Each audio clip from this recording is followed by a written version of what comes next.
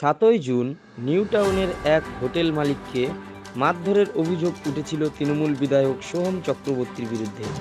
এ নিয়ে থানায় অভিযোগ হলেও কোনো কাজ না হওয়ায় হাইকোর্টের দ্বারস্থ হয়েছেন রেস্তোরাঁ মালিক।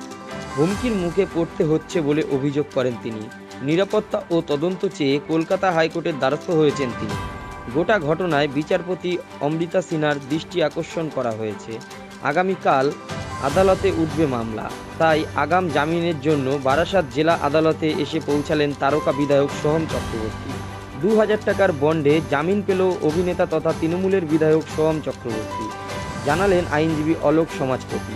নিউ টাউনের হোটেলের মালিককে মারধরের ঘটনায় আত্মসমর্পণ করে আগাম জামিনের আবেদন করতে বারাসাত আদালতে আসেন বিধায়ক তথা অভিনেতা সোহম চক্রবর্তী। এই ঘটনায় আজ দুপুর ২:৩০ নাগাদ ২০০০ টাকার বন্ডে জামিন দিল বারাসাত জেলা আদালত, জানালেন বারাসাত কোর্টের আইনজীবী অলোক সমাজপতি।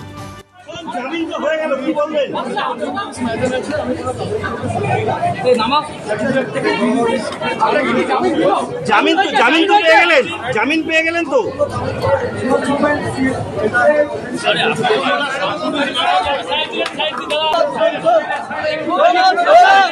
জামিন হলো, কি বলবে? কি বলবে?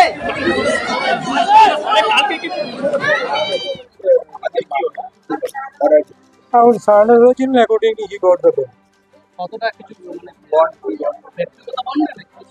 না এমনি যেমন যে বন্ড হয় যেটা ২০০০ টাকা হয়েছে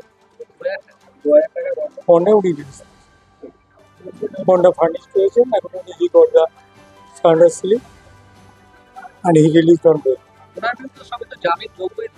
Obviously সব বেলে গেছে 341, 323, 500. 30 days. মানে জামিন যোগ্য ধারা করে জামিন All available section actually he got the bill. ঠিক আছে।